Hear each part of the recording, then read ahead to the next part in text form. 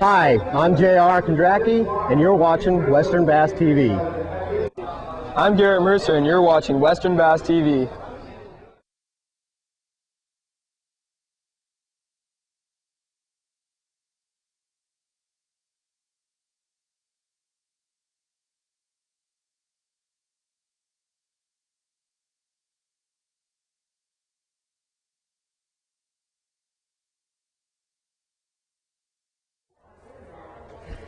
All right, I am here to enlighten you on the San Diego Long Range Fleet. And my name is Grabowski. Currently, I am relief operator on the Red Rooster 3, and relief meaning I fish about 80 days a year now.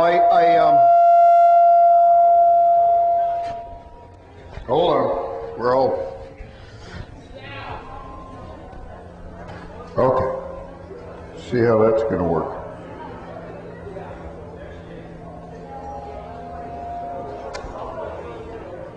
Okay, anyways, I fished for about 22 years, 270, 280 days a year, and kind of changed my lifestyle and got married and started a business on the beach, but I still have continued since 1995 to run long-range boats. I've ran the Royal Polaris, the Shogun, now currently the Red Rooster 3. At one point I was on the Qualifier 105 for 16 years and went and built the XL. So I've done this basically my whole life. And but I'd like to just tell you about the first part of this is I want to tell you about what San Diego long-range fishing is, the accommodations, the boats that we have, the areas that we fish, the type of fishing that we do in the specific areas for the length of time that we're out, and then I'm going to show you what basically I think you would need to go on a long range trip, to do a trip of anywhere from 5 to 10 days. Okay, to start with, the long range fleet probably has, not probably, it does have the best long range fishing boats anywhere in the world. There's no place that you can go and go on an extended length trip on the quality boats that we have, the accommodations, the service, and probably the number one thing that sets us aside from every other fishery anywhere in the world is the bait capacity that these boats carry. We are what I would consider a live bait fishery, okay? Meaning when we leave the dock, when we leave San Diego, the first thing that we do, let's say we go on a 10-day trip, the first thing that we do 20 minutes after we leave, in my particular case, Lee Palm Sport Fishers, is that we stop at the San Diego Bait Receivers, which is owned and operated by Everingham Bait Company. They run the bait company in San Diego Bay, Mission Bay, and now Dana Point. And they do an absolute phenomenal job of keeping all of us, not only the long-range boats, but the one-day boats, the charter boats, and the private boaters supplied with live bait. When we leave the dock, we'll spend anywhere from an hour and a half to 2.5 hours at the bait receivers loading up on live bait, and we leave, in my case, we leave on our trip. When we clear San Diego Harbor, we have 380 scoops of live bait aboard. And in the last 10 years, things have really changed. When I started long-range fishing in 1976, probably from 76 to, God, I want to say almost up to 1990, when we would leave the dock, we would take 4 bait tanks full of anchovies, and then the first thing on the agenda is we would head down the Baja coast, and we would stop someplace on the coast, either San Martin Island, below that down by Camaloo, or head for Cedros Island. And the first thing that we would do would be try to load up on mackerel, what we call big bait. We would be trying to fill out the complement of bait that we would carry on that boat for the trip. And since about 1990, the influx of the sardine onto the Southern California coast, it has just changed our fishery immensely. Nowadays, We go out to the bait receivers, we put 380 scoops of live sardines on the boat, and we take off, and we're heading for one place, and that's the fishing grounds. Whether it be a 10-day trip and I'm going to Aleos Rocks, or if it's a 5-day trip in the spring and I'm going to San Benito Island, or a 15-day trip this time of year in the wintertime and I'm heading straight for Hurricane Bank, our top priority isn't catching bait. We have a full load of bait. So that's why I say, what sets us apart, you can go to Hawaii, you can go to the Bahamas, you can go to Fiji, you can go to the Caribbean, I don't care where it is, you can go into Mexico, the areas that we fish, and you can charter a boat, good money.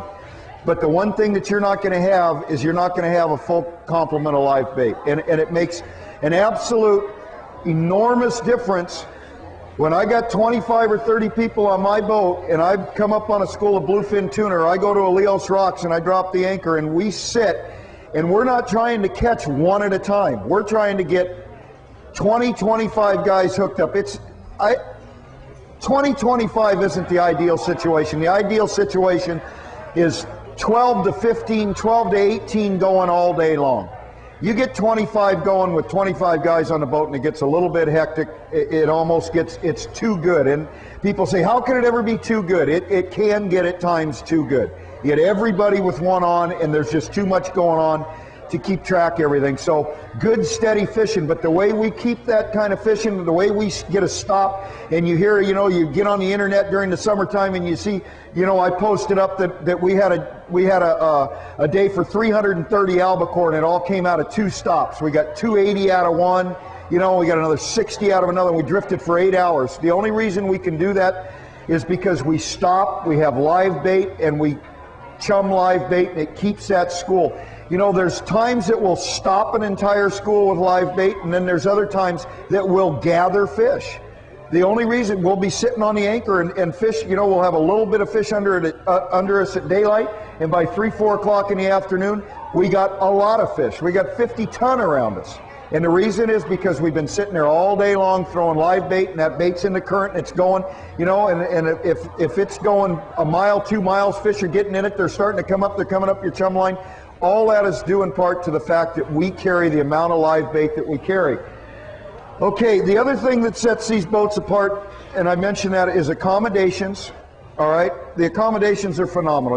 They really are. People always say, if they've never done it before, I'll see them at a seminar, I'll see them at a sports show like this, and they'll come up and say, my husband really wants to go on a long-range trip, and I want to surprise him. I'll say, okay, and they'll say, well, what's he need to bring? Does he need to bring his own food? What? You got private staterooms in a lot of cases. Most of the time, there's not more than 2 people in a room. There's hot and cold running water. There's, and some of the newer vessels, there's satellite TV in your room. So the boats that don't have that, they all have nice TV, DVDs up in the galley. In the case of the Red Rooster, it's got a nice satellite system. We'll watch the Super Bowl, we'll watch the baseball games, the football games, CNN every morning, and see what's going on. So, it's not like you're detached from home. They're very nice accommodations. Probably, if I had to put my finger on the number one thing in the service aspect of this industry, what's changed since 1976, I would say it is the food. Back when I first started long-range fishing, we just figured that we figured if we kept you alive, we gave you enough to eat to keep you alive and caught you fish, you'd come back, and that's not the case anymore. All these boats carry literally chefs, and the chefs are, we all know each other. We grew up together. The crews kind of intermingle, and one crew is trying to outdo the other crew all year long. And so, when somebody comes into the galley on the Red Rooster and says, man, the cook on that Royal Star sure is good, it kind of puts a little thing in George's ear. Hey, I'm gonna show him who's a good cook. So the quality of the food that goes on the boat is better than it was 30 years ago, and the preparation, it's just, we know that when you walk down to get on one of these long-range boats, you're walking by 5 other ones. So if you don't have a good experience on the boat that you're on, the next year you can just step over to another operation. We realize that. So I think in the last 25, 30 years, the service has just went up to a level that it's uncompromised as far as the fishing industry around the world. So I think we have that going for us. And then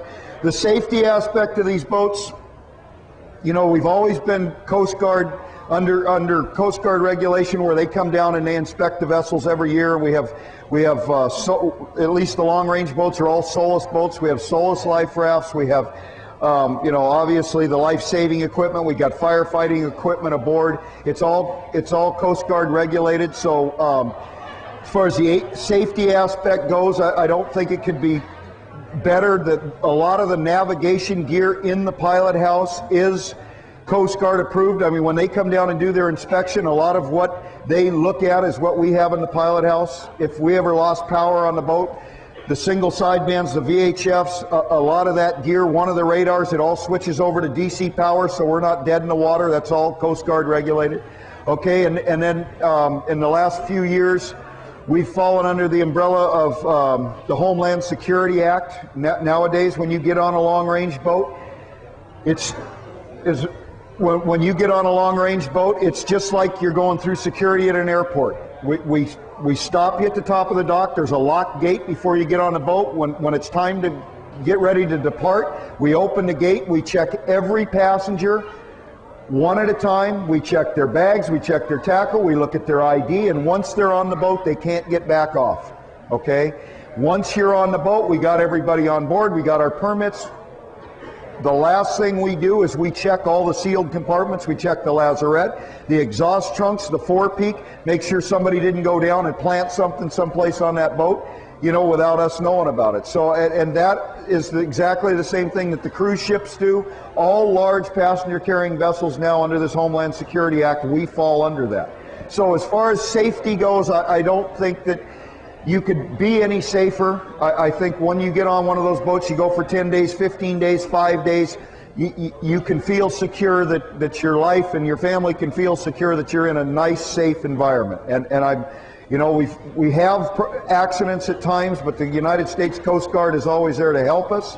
You know, we have a big fleet that we're in communications with, so it's not like you're out there and you're just isolated from everything. We have a lot of communications to the beach. So safety is in my seminars on the boat, we do seminars like this on every trip, geared for that particular trip. And the one thing that I really stress is no matter what we catch, even if we come in skunked, as long as everybody comes in healthy and maybe 4 or 5 pounds heavier, we've done a good job. So safety is probably our number one concern on all the trips. All right. As far as what we do, we run basically year-round. There's a handful of the long-range boats that have a year-round schedule. There's another handful of the long-range boats that fish from, I'd say, April till about the 1st of January, and then they shut down. It's a real discriminate market when you get into January to May, and I'll get into that here in a minute. But let's just start up here in this upper zone. What we call the upper zone or local fishing is San Diego to 280, 290 miles from San Diego down here to Point Eugenia. The trips that we run in this area normally are spring and summertime trips. You notice it says 4 to 6 day trip or 4 to 6 day trips. That's basically the zone that you can cover on a 6-day trip. You know, going 300 miles is absolutely feasible, and it gives you a lot of fishing time. You can go farther if you have to, but it's not ideal as far as timing goes. There's a lot of travel time involved. So ideally, on a trip, let's say 3 to 6 days, we want to stay anywhere from west of San Diego down to Point Eugenia. Okay, and again, those trips are run from late April on through the summertime. It's what we call our prime season. We carry more passengers in a shorter period of time from the 1st of June to the end of August than we do any other time of the year. Because we're carrying, the shorter the trip, the more the passengers. Like on a 3, 4, 5 day trip in the summertime on the Red Rooster, we carry 32 people. But we go on a 15-day trip in February and we carry 22 people. So obviously the boat's gone longer, the amount of people is down, so what we call prime time, and to be honest with you, the highest grossing part of the season for all this fleet is that summertime season, just because of the amount of times we go in and out and the amount of people we put on the boat. Okay, what we're looking for in this area, if it's a springtime trip, like coming up here in a month or two, we start running 6-day trips, even 7-day trips. We're targeting possibly early season bluefin tuna down here outside Point Eugenia. If it's a 7-day trip, down here in this next zone. If it's a 5-day trip, a 6-day trip, there isn't any early season albacore or there isn't any early season bluefin tuna, we'll go down and we'll fish yellowtail around San Benito and Cedros Island. You notice that Guadalupe Island is one of the islands in the upper zone. Guadalupe Island is an offshore fishery, meaning, let's say the waters in May start to warm up along the coast, and we got 68, 69 degree water along the coast first late May, early June. We still might have 63, 64 at Guadalupe. Guadalupe doesn't usually warm up. I don't normally start looking at Guadalupe until about late August, 1st of September. This island right here is good for us late August, September, October, November, and there's even times if the water stays warm, it doesn't start cooling off and start pushing back down towards the equator. There's times that we can fish Guadalupe all the way up till Christmas, but it's not an early season area. I've been there in the spring. It's not it's just not what we're looking for.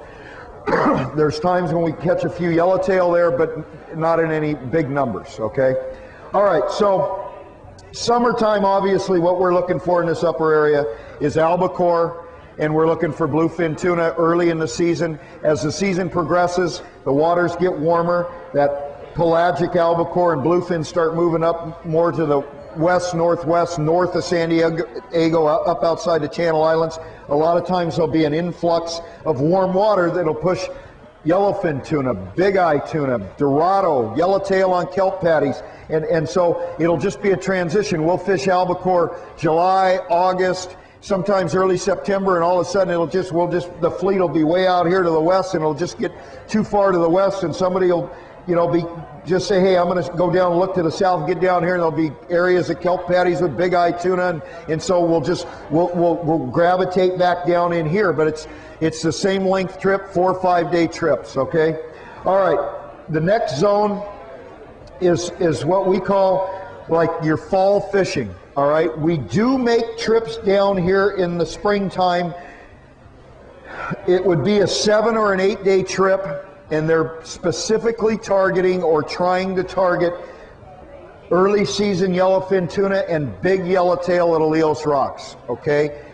The last few years, there's been a pretty good bluefin tuna fishery here in the spring outside Uncle Sam Bank. But what we're hoping for is 66, 67, 68 degree water at Alios Rocks in May and June. And some of the best yellowfin tuna fishing I've ever seen in my life was in May at Alios Rocks in 66.5 degree water.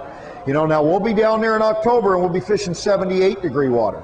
But that 65, 66 degrees, once it gets to that point, that fish, it shows up there. But more importantly than that, if a guy really wants to try to catch a big yellowtail, I mean a big one, a 60, 70 pounder, 40 to 70 pound yellowtail, our best opportunity to catch big yellows on a consistent basis is at Alios Rocks in the late spring, early summer, in May, June, those May, June 8 day trips, okay?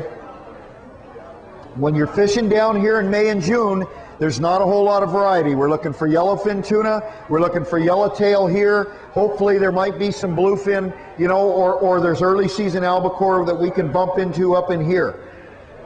When we really target this zone here is in the fall, okay? Those are the trips, 8, 9, 10, 11, 12 day trips in the fall. Now, if somebody asked me, hey, I want to go when I can catch a lot of variety, I'm not really into catching a 200 pounder, I'd like to get a shot at catching a tuna up to 100 pounds, I'd like to catch a wahoo if I could, I'd like to catch, quite a few species, I would say sign up sometime between September 1st and Christmas and go for 10 days. Okay, 8 days we fish exactly the same areas. We fish Elios Rocks, we fish the Ridge, possibly Potato Bank. All right. The difference between an 8 and a 10-day trip is just that we have a little bit more time. We're not going any farther. We're fishing the same areas, but the 2 extra days, especially I can tell you from an operator's point of view, it gives you some breathing room. All you're spending is, I mean, if you take that much time off of work and that much money to go on one of these trips and spend the money on your tackle, you know, what's another $400? And it really opens up a lot of doors and avenues for a guy running a boat. Just for instance, if I leave San Diego on a 10-day trip and go straight to Elios Rocks on a 10-day, we fish there for a couple days. The weather's up. It's blowing 25 knots, man. You know, we're not catching much. There's good sign of fish. It's not biting. I say, hey, we're going to go into the Ridge for a while. We go into the Ridge. You know, we fish small yellowfin, school-size yellowfin, yellowtail, get a few wahoo, decide to go outside of Mag Bay. Look for kelp patties. You know, we're hoping to find that magical kelp. I've had a couple of trips in October the last few years. We found a kelp 2 years ago outside. Actually, we were just outside the Ridge here. We had 187 wahoo in a day and a half off of 1 kelp. So let's say we go in there and do that. We're on a 10-day trip. And then I think, hey, you know, we got good small tuna, we got good yellowtail, we got the Dorado and the wahoo off the kelp. Let's go back to Elios for a couple of days. That's your option, and you don't have that on an 8-day trip. On an 8-day trip, you go there. Once you leave there and go to the inside, that's it. You've committed yourself. You can't go back out. So that's why I say, if you're going to spend the time, the money, get your gear together, I suggest going on a 10-day. If it doesn't work into your schedule, don't not go. I've had phenomenal 8-day trips, but I'm just saying you get a little better time and a little better chance on a 10-day than you do an 8-day. But this all happens from 1st of September until Christmas time. And then once actually some of the boats, like the Red Rooster, he has a trip actually at the first part of November, and then starting at Thanksgiving is really when the season starts. We start running longer trips, 15-day, 16-day, 18-day, okay? 5 years ago, they closed these islands, the Revilla Hijados Islands. They closed them, okay? We thought our winter business was done. We thought it was over with. We can't go to the islands anymore. It hurt one aspect of the winter business, and the aspect that it hurt was the passengers that we carry. I know to this day, there's people that used to go with me 1 to 2 times a year to fish big fish at these islands that still have not went fishing in the winter to catch big fish since the islands have closed, because they say, you know, I just like the island experience. As far as the fishing goes, this particular year right here, there's probably been more big fish caught than it, and I started long range fishing in '76. It'll be 30 years next season that I've been doing this, and I cannot remember. Andy came in today on the Red Rooster, and I'm not sure how many over 200 he had. He thought he had over 15. He thought he had 17. So let's say he had 15 that he weighed in today. That's his 6th long trip, and if he had 15, that means the boat's got 118 tuna over 200 pounds in 6 trips. That's absolutely incredible. It blows my mind. I ran a trip, Ed was on it here just a few weeks ago. We had 20 over 200, and that was on a trip. What closing those islands has done is it has changed the scope of where we go. We fish Hurricane Bank still. We fish the Jamie Bank, we fish the Finger Bank, we fish the Morgan Bank, Golden Gate, we fish porpoise fish outside the Cape. We go down off Puerto Vallarta, Corbetania Rock, Cleophas Bank. We go to Clipperton more than we used to. We've just expanded our zone basically and found that we can still catch big fish without being at the islands. Okay, so that is a specific time of year for a specific species. Remember I said up in here, that's when we're trying for multiple species. You go on a 10-day trip, there's a real good chance you're going to catch a yellowfin tuna, you're going to catch a yellowtail, you're going to catch a wahoo, you're going to catch a Dorado, you're going to catch a grouper, or at least you're going to have an opportunity to catch all those fish. We don't sit in one place and fish for one species all the time. We move around. We try to give you the total package. Whereas going down here, we got one thing in mind. How are we going to catch big fish, and how are we going to catch a lot of them? That's all we're targeting. We do concentrate a little bit on trying to catch wahoo, but that's the one thing that changed a little bit when they closed the islands, was we don't have a lot of territory to fish wahoo. So the wahoo fishing, you know, there's times you go to Hurricane Bank, it's phenomenal wahoo fishing, get 300 in a trip, but they don't take pressure good. And so once a lot of boats have been going there week in and week out, the wahoo fishing gets kind of knocked down. So basically what we're targeting is big fish on these longer trips. So that covers us all the way back to April, May, and then we start back up on our spring season. So as you can see, we go year-round. The boats shut down, like the Red Rooster shutting right down right now for 40 days, and they're going to do maintenance. And when these boats shut down, you know, the crews have been working year-round, and it's not like they just sit on their hands and say, hey, good, the boat's tied up, I'm going to go home and have a vacation. They'll go and spend anywhere from $50,000 to $200,000 a year back on these boats. I know the Red Rooster, for instance, is going to completely redo all the fish holds. Just gut the, you know, all new metal, redo them. Every long range boat, when they shut down for maintenance, is upgrading every year, trying to make it better, trying to make that boat nicer for the people who are going to be on it the next season. And we got a short period of time to do it, and it's just absolutely 12 to 15 hours a day. So it's a year-round operation.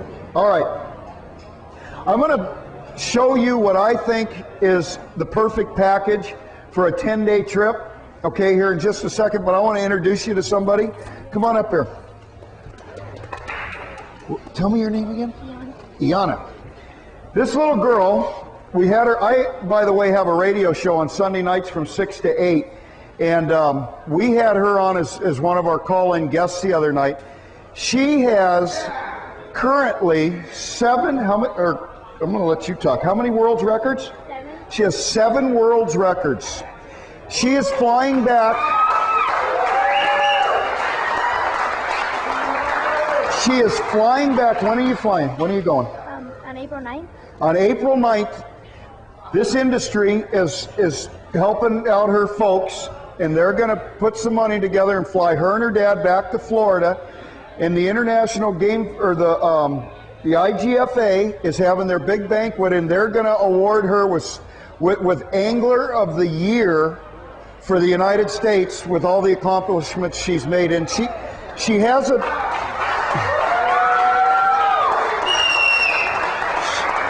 See ya, Chris. She has, is it pending or is it already world's record? But the yellowtail.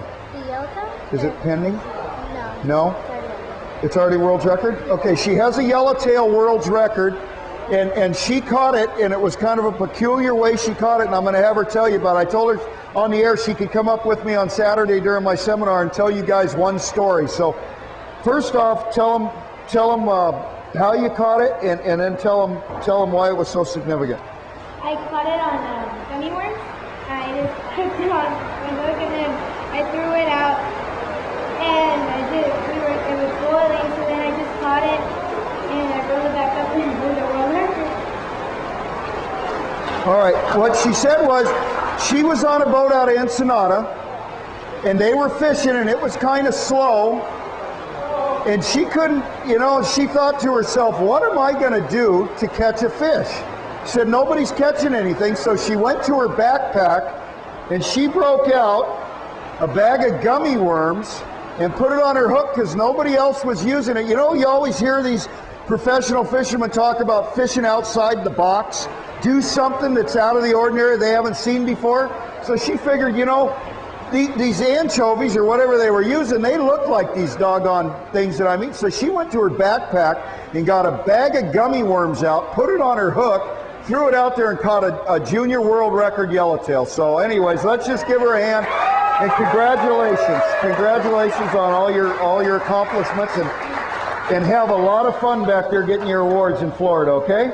All right, there you go, guys.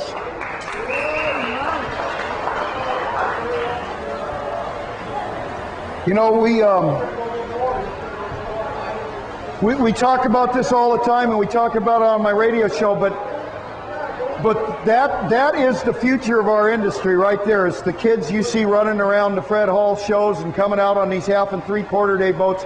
That's the future of not only long range, but but sport fishing and recreational fishing in general is the kids and how we're bringing them up and getting them involved in this sport. So we thought that was a great story. All right. Hey, Ernie Murug. Okay, guys, as I said, the one thing, now it's raining, now it's coming down. I got a captive audience. I bet you nobody walks out right now. All right, I got your full attention. I'm going to have to talk loud the harder it rains. One of the things that people are afraid of to get into long-range fishing, and we hear this all the time, is, you know, I've been on one-day trips, I've been on two-day trips, maybe even three-day trips, but I don't feel like I have enough tackle to go on a 10-day trip. And I want to show you what I think it takes as far as a set of gear goes, okay?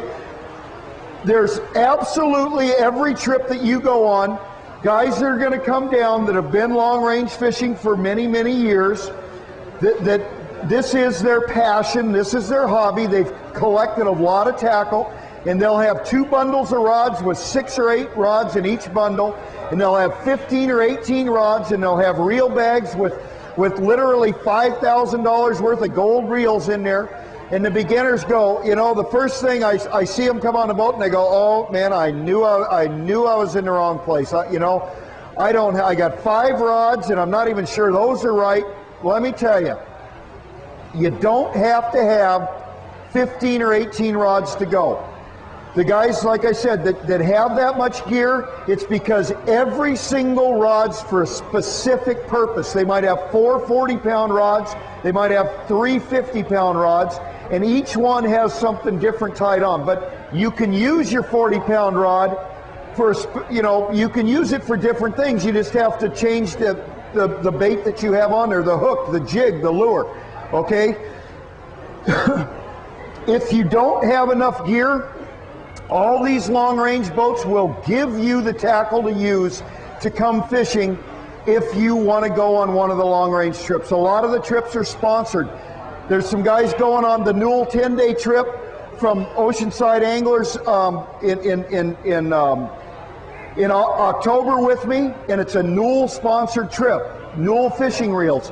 And Richard Hightower is the sponsor or the guy that comes out, represents Newell. He brings about 40 fishing poles that are all rigged up for the guys to use. Anybody at any time can go up and say, hey, I want to use these 2 rods today, or I want to use these 3 rods for the entire trip. You absolutely help yourself and take those rods and use them for the trip. Or you call the office of the Red Rooster, the Royal Star, the Royal Polaris, say, I want to do a 10-day trip, but all I got is a 25-pound and a 30-pound rod. They'll say, we'll outfit the rest of the gear. And the gear that you're going to get from the boat is not stuff that we've had sitting in the corner. It is, you know, like myself, I'm sponsored by Seeker Rods. You know, Seeker has rods on the boat. CalStar has rods on the boat. Shimano puts reels. Jack Nielsen from Accurate puts Accurate reels on the boat. They want us to get them exposure by giving people gear to use while they're on the boat, so the gear that you get is top notch. It might even be better than some of the stuff that the guys are bringing out personally. That's number one. If you were going to try to outfit yourself, the first outfit, I got 30 minutes to tell you about 6 rods. And as Ed knows, I talk a lot. Ed, the other day, when we were leaving on the trip, pulled my wife aside and said, hey, before we leave, tell him not to talk so much in his seminars. But my theory is the more information I give my people, and if we're all on the same page, the better we're going to mesh and the better we're going to work together, okay? So I'll try to rush through these 6 rods. This particular outfit is a 25-pound outfit. It's not really a rod that we use much long-range fishing, okay? Very seldom. I would say bring a 25-pound outfit. What you would use a 25-pound outfit for on a trip 5 to 10 days possibly is if we go into Cedrus or we go into the beach to catch mackerel, you would tie your bait catcher on this, okay? What this is, though, is a rod that basically everybody's used before. If you've been albacore fishing, if you've been to the Coronado Islands, if you've been to the Channel Islands, if you've been yellowtail fishing, you've used a 25-pound outfit. If a person can take a 25-pound outfit, take a bait this size, whether it be a sardine or an anchovy, first off, you got to know how to hold it when we're a live bait fishery. Keep that in mind. Everything we do revolves around live bait. There's Jack Nielsen right there. There he is. I was just talking about you, partner. Anyways, if you can walk up to the bait tank, scoop a bait, put a hook into it, okay? Put a hook into it, walk up to the rail, and make a cast with this bait. No weight. If you can cast a 25-pound outfit from here to the back of this tent, there's a saying, 10% of the fishermen catch 90% of the fish. If you can take this 25-pound outfit and throw it from here, let's don't even say the back of the tent, to the last barrel, you're going to be one of the 10% that catches 90% of the fish. Again, after 30 years, I'm not going on one trip or one season. After as long as I've been doing this, I'm absolutely amazed the amount of people that come out on the boat that cannot cast a live bait. It's amazing. And it would behoove you to learn how to do that before you spent the amount of money you're going to spend, the time that you're going to take, the time off of work, the time away from the family. It will behoove you to be able to cast. Anybody, just about anybody, can take this rod right here with this Wahoo bomb, and without knowing much, in about 1 minute, I can teach you how to throw this from here to there. It's all physics. There's a heavy weight right there with a stiff rod, and all you got to do is get it going the right direction, and it's going to go that far. Okay, so it's not the big gear that we're worried about, or that's what we call finesse fishing. It's when we're sitting on the anchor at Alios Rocks, when we're at Guadalupe Island, when we're at Thetis Bank, and that fish is boiling around back there in what we call the strike zone, or in the zone where it's back away from the boat. You know, very seldom can you take a bait on a sport fishing boat and drop it over the side like that and have one come out from underneath the boat and get it. We do it day in and day out, and I'd say on average, in a month, let's say whether it be albacore fishing or whatever, down there on these ridge trips, in a month, the amount of times I see the fish to where a guy can just drop it over the side and one comes out and grabs it might be 1 or 2 days on average. You know, the fish go through cycles. So if you happen to be on one of those lucky trips and you can't cast and all you got to do is walk out and drop it over the side, good for you. But more times than not, you need to get that boat or that bait out away from the boat while it's still alive to get a bite. You know, and for a guy that can cast, for myself, I take this thing, I cast it out, it hits about where that barrel is. If it's a good bait, it hits the water and man, it starts to go down. I know I'm going to get bit. With it, I'd say with a good bait, when the fish is boiling around, most of the time you're bit in 10 to 15 seconds. It hits the water, bait starts to go down, you go, oh man, this is a good bait, I know I'm going to get bit. You put it in gear and you just kind of let the rod tip follow the bait down there, boom, you're bit. You know, you let it go for maybe a second or two, let everything come tight and set the hook. And I mean, it's so much fun to fish a bait the right way. And then I look around and I see the guy that can't cast. He's so frustrated. He's dropping it over the side. He's got to wait for the current to take it back there. By the time it gets back there, it's usually not alive anymore. And it's really hard for him to get a bite. And those are the guys, hey, we do our best to hook in hand. We'll take their rods. We'll cast it out for them. But, you know, to learn how to cast is to me, the number one thing that you can help yourself. People say, what do I need to do to go long range fishing? That's it. And you know, the next question is, how do I learn how to cast? And some guys tell them, go to the park, put a little swim bait, a little 4-inch swim bait on there and go cast it. Or go in the backyard. That's only fun for maybe 10 minutes. If the cat gets involved and starts chasing your rubber, then you might get a little excitement. What I tell guys is, get your kids or get a couple of kids from the neighborhood, get 3 25-pound outfits, take a handful of hooks, and go half-day fishing. If the bonita are biting, the barracuda are biting, the greenback mackerel are biting, whatever it is, you have to do exactly the same thing to hook one of those bonitas as you do if we're at Elios Rocks fishing 100-pounders. All right, you got to be able to hold the rod. You need to be able to hold it to where you don't have it between your legs. It's on the deck. You put it here, you walk up, you scoop the bait, you put it on your hook, you walk up to the rail, you make a cast, bait hits the water, boom, you're bit, you put it in gear, you set the hook, and you hand it to one of them kids. They'll have the time of their life, and you are doing nothing but paying yourself dividends for that trip in October. I promise you, after waiting 6 months, traveling 43 hours to get there, I get to Northridge and start coming around, and I tell Julio to start throwing bait, and them 70-pounders start boiling up. The excitement level is going to go right out the top of your head. And if you haven't done this a little bit, you're not going to get a bait. I mean, you're going to be fumbling around and dropping them, and if it's foreign to you, it's like golfing. If you're a golfer, you know, you go out and hit balls. You're not going to go once a year out to the driving range or out and tee up and hit it 300 yards down the middle. You need to practice it. You need to get that feel down, and that's what you're doing with this 25-pound outfit. Like I said, it's not an outfit that we use long-range fishing very seldom, but it can be the most important rod that you know how to use once you get down there and do what we're doing. Now, the gear that we do use, the lightest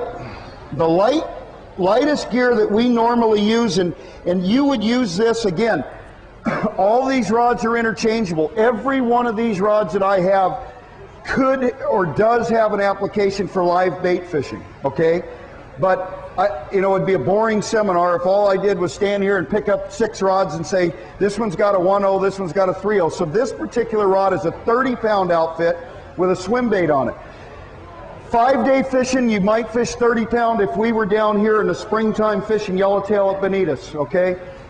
If it's summertime on a 5 or 6-day trip and we're fishing albacore and small bluefin, you might be using 30-pound. Very seldom do we use 30-pound test line like at Elios Rocks or on the Ridge. Maybe on the Ridge if we're fishing that 18 to 25-pound tuna, but we do use 30 pounds. So this is where your arsenal would begin. A good 30-pound rod. I myself like 7-foot rods. I have on this particular outfit a 20. Just something that holds about 350 yards of 30-pound test line. The reason why I have a swim bait on this outfit is during the summer we do, albacore fishing or just offshore fishing in general, yellowfin, bluefin. I don't want to spend too much time on this. There's an application called fishing the slide, and it's deadly. It really is. If you have a private boat, don't ever overlook fishing plastics. Especially private boat fishing, because you only carry a scoop of bait.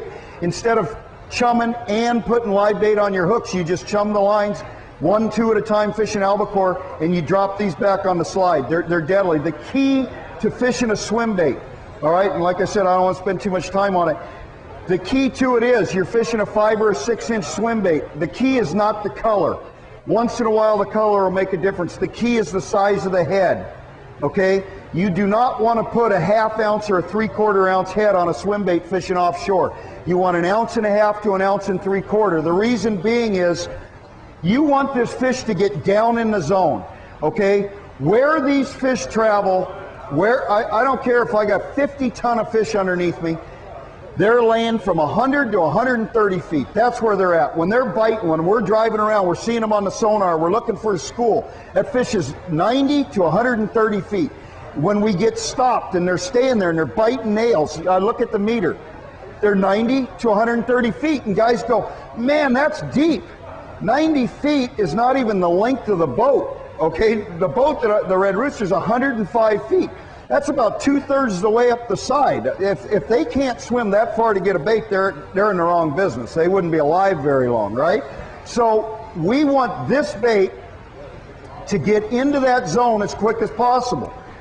We get a jig strike, the boat's still sliding ahead, you take your swim bait, boom, you throw it up towards the bow, let it hit the water, keep it in free spool, and just let it sink. You're letting it go in free spool, and the whole time you're letting it come back. like this until it gets right in front of you. Normally, by the time it gets right in front of you, it's about a 45-degree angle, and it's at that 100 to 120-foot zone. And then you just put it in gear and just kind of follow it back. The whole time it's in gear, the boat's sliding ahead, you're fishing that bait. When it gets to an angle to where you're almost back, like parallel with the stern, you just start winding. The one thing that you don't do, at least on a sport fishing boat, fishing the slide, is throw it out right here in the stern. All right, we don't allow that. That's how we get into problems, because we got the trolling fish back there, and if we have 4 trolling rods back there and 2 of them get bit and they cross, and I got 8 guys that throw a swim bait right out over the top of them, we have an instant tangle. All right, so the question always comes up during the summer, do you allow the slide? And I tell them, if you do it the way I tell you I do, the minute I see that guys are getting a little bit over anxious and they're crowding back there in the stern and we start getting tangled, we're going to shut it off. I'll make you wait until I stop the boat. As long as, I mean, sometimes we'll have 6 guys lined up the side, get a jig strike, they all cast out to the bow, they all start following their baits down like this, and it's a beautiful thing. I'm coming down the ladder and one gets bit, you know, and next thing I know, I got 3 trolling fish going, I got 6 going up the side on the swim baits, and we ain't got the baits in the water yet. It's like, hey man, we got, you know, we got 8 going, and we're just getting organized, but everything's spread out. So if you're on a private boat, then that's a different story. If you're on a private boat, I'd take your swim bait, you get a jig strike, I'd drop it back about 30 feet in the wake, and I just put it in gear, okay, and just keep the boat moving real slow at an idle. All right, so 30 pound, that's where it starts. The next few rods, the next 3 rods, I gotta hurry here. The next 3 rods are what I would consider the most used rods in long range. Now, I'm not talking about the winter time. I'm not talking about the big zone. That's a specific fishery with specific type tackle, all right? I'm talking about 5 days to 10 days. What we use, Jamie is this radio show that I'm talking about, she's got some flyers right there, and Jamie, just go ahead and start handing them out, and you can go back to the booth. Thank you. She's going to hand the flyer out. We got a radio show on Sunday nights on KCBQ if you're interested, and she's going to hand out a few flyers. But anyways, what we use the most of on a trip 5 to 10 days is 40 and 50 pound test line, okay? So if you were going to create an arsenal, if you were going to start spending money on going long range fishing, where you want to put your first money, okay, most everybody's got a 25 and 30 pound outfit. Where you want to invest your money is on your 40 pound, your 50 pound, and your 60 pound outfits, okay? That's where you want to start putting your money. And if you were going to take 2 of one rod, you would take 2 40 pounds and 2 50 pounds. You'd take a 30, 2 40s, 2 50s, a 60, and an 80, okay? The 40 pound, this particular rod right here is a rod that, in a seeker rod, it's called the John Grabowski model. All right, it's a 6470. In my opinion, there isn't a better 40 pound rod on the market. We use 40 pound test for so many different applications. As you see here, I got a Wahoo bomb on this one. If we were fishing Wahoo, you would be fishing your Wahoo bomb on your 40 pound test line. If we're fishing Guadalupe Island and we're fishing that 50 to 80 pound fish and it's back there boiling around, we don't want you fishing with anything less than 40 pounds. Sometimes they won't bite 50. You got to fish 40. The key to it is you have to have an outfit, okay? You have to have an outfit that matches itself. The reel, the rod have got to match to where you have pulling power. See, so many times I see guys come out and they might have the right reel, but the rod is too soft, what I call parabolic. They hook a 75 pound tuna, they don't have enough lifting power. All right, the 6470, in my opinion, is the perfect 40 pound outfit. You will use this for fishing yellowtail, you'll use it for fishing a Wahoo bomb, you'll use it for yo-yo fishing. There is just an array of applications. So you want to make sure that your 40 pound outfit is matched, the reel, the rod, and it has enough backbone and pulling power to lift 70, 80 pound fish. The next outfit, and this is where things start changing, okay? You notice that the difference in this outfit right here Thank you, Jamie. Thanks. The difference in this outfit right here and the difference in this outfit right here, obviously, is the reel, okay? When you go to 50 pound, guys always ask, when do we switch to 2-speed? Do I need a 2-speed for my 30 pound? Do I need a 2-speed for my 40 pound? You switch to 2-speed at 50 pound test line, okay? But you notice the rods are the same. This is a 6470, this is a 6465H. It's just a little bit shorter, but you don't want to go down to 5.5, 6 foot at this point. You just don't. You still want the capabilities of making that cast. It gets, if you can cast that 25 pound outfit that I spent so much time on, if you can take a sardine or a mackerel this size with 50 pound, if you can throw that 25 pound outfit, I guarantee you, you can walk up with this rod right here and throw it back to the tent. If you can throw the small one, guaranteed you can throw this one.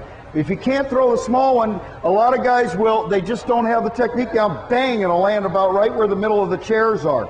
You got to get it back a little bit farther. The bait's dead when it hits the water. You know, it's going to make so much of a difference. The rod is a little bit shorter, but it's got really good pulling power. The 6465H, see where it shuts off right there? It's just detrimental that when you load it up and you go to drop the tip that you can get line in, that rod pulls back. It's called pulling power, and you want that rod to recoil, is what it's called, recoiling. All right?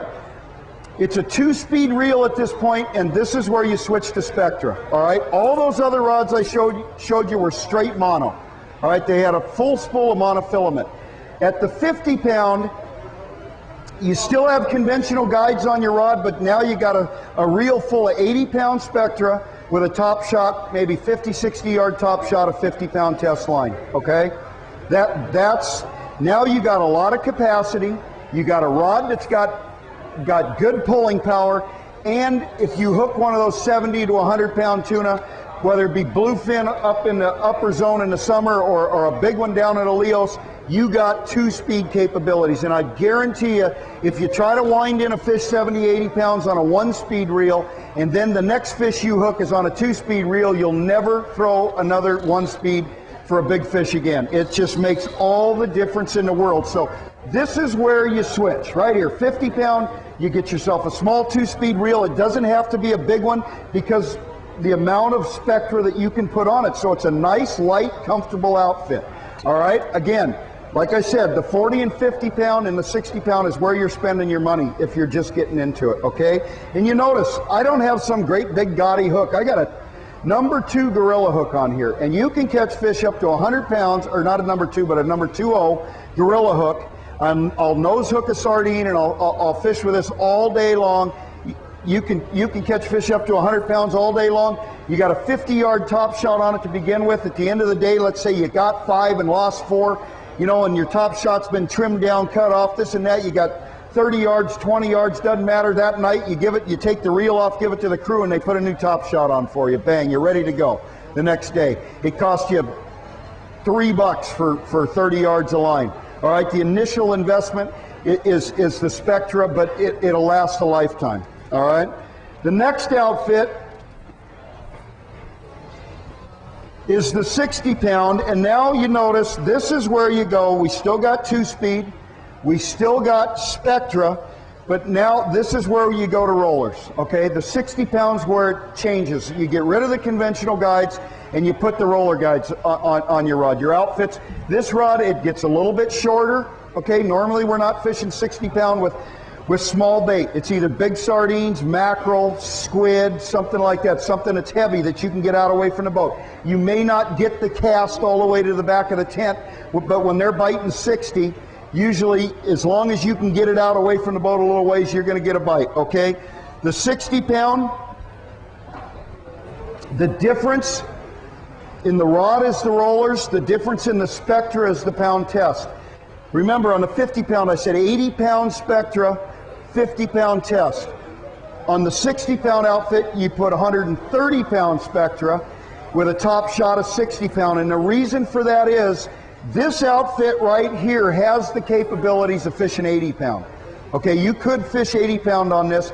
It's just that we don't, on the shorter trips, on the fishing the bluefin, fishing the Lejos, fishing Guadalupe, very seldom do we have good fishing where they're biting the 80, okay? But you're going to have an 80-pound rod to use. But let's just say we're on a 10-day trip and I'm at Lejos Rocks, fishing's okay, and one of my code boats says, hey, we're down here off Mag Bay and that porpoise fish showed up, man. It's all 120 to 160s. I go, hey, we went in on some of that. All right, we're taking off at sundown. We'll be in there tomorrow.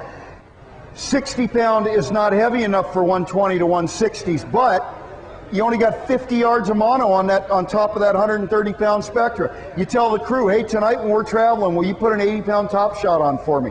Now you got a rod that you not only can fish 60-pound with, you got a rod you can fish 80-pound with. So you don't want to try to put 80-pound Spectra on your 60-pound rod, because you want to have the capabilities of being able to step up if you have to. And then on this, you notice now I got a pretty good size hook. I got an 8/0 circle hook on here. All right, we're usually fishing, like I said, either a squid. We're floating a squid back there. We're fishing a mackerel, fishing a big sardine. They're usually biting all right, and this is when we start getting up there in the hook size, a little bit bigger circle hook, okay? I got one more rod, and if you got a question or two, and I'm going to be out of time.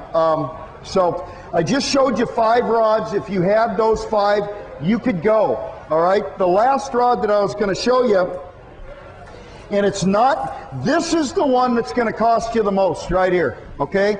Like I said, spend your money on the 40, the 50, and the 60-pound outfits. If there's one outfit that you call up the office and say, hey, you know, I got everything, but I just don't have that 80-pound rod. Can I borrow an 80-pound rod, or can I get an 80-pound rod from the boat to use? That's the one. This one here will cost you on a minimum of $1,000.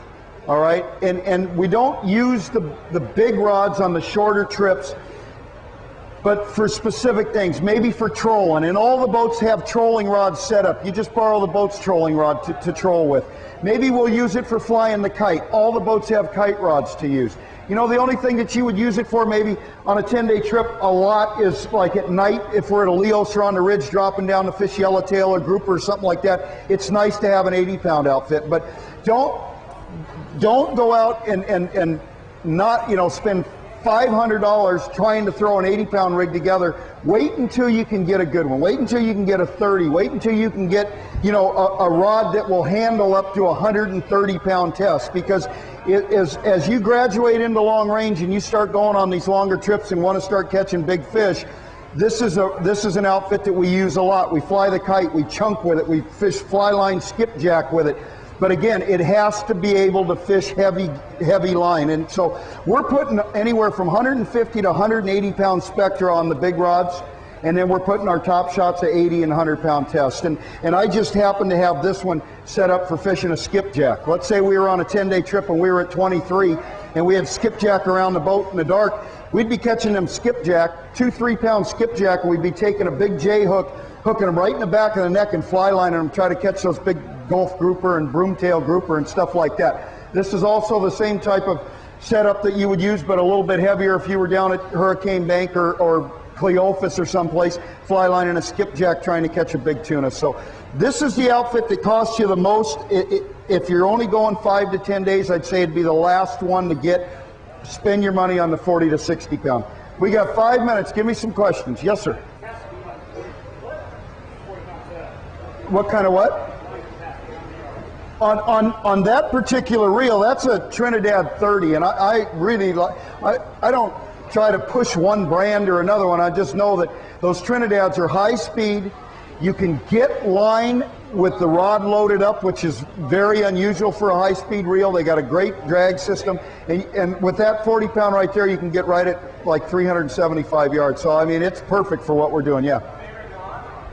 My favorite knot. I mean, there's a lot of different applications, but day in and day out, I tie a San Diego jam knot. If I'm fishing albacore, bluefin, just normal everyday fishing, we're not kite fishing, San Diego jam. In the back. Go ahead. Oh, you absolutely. On the slide, why don't you fish a live bait? You surely can, but there's guys that just like fishing artificials, and I know that they like fishing artificials, and I know they'll tell me, hey, I really like fishing a swim bait. And I say that's fine, but we just have to do it properly so we don't make a mess of the stern. So, but you know, that's why I said, you know, there might be 6 or 7 guys lined up with a swim bait. We got 25 people on the boat. Everybody else is, you know, dropping baits back. But we make the bait fishermen hold off until we get either the jig fish straightened out over into a corner, or we get the, you know, the guys that didn't get bit, we get their jigs in, because it's the same problem. If the baits drop back on top of the jig fish, you're tangled immediately. Yeah. To try to go under it? In theory, yeah, but you just don't know what those fish are going to do. You know, to be honest with you, more times than not, when I stop on a school of fish, very seldom does the boat keep going straight. I usually see them with the side scanning sonar, so we're turning. The boat's going like this. I mean, you drop in the stern and your line's either going off the other corner. It doesn't just drop straight back.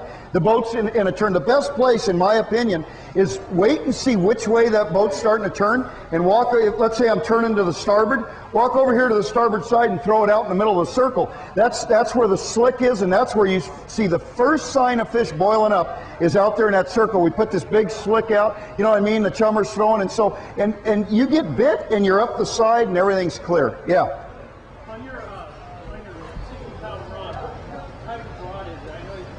Well, all these rods are seekers, and this particular rod is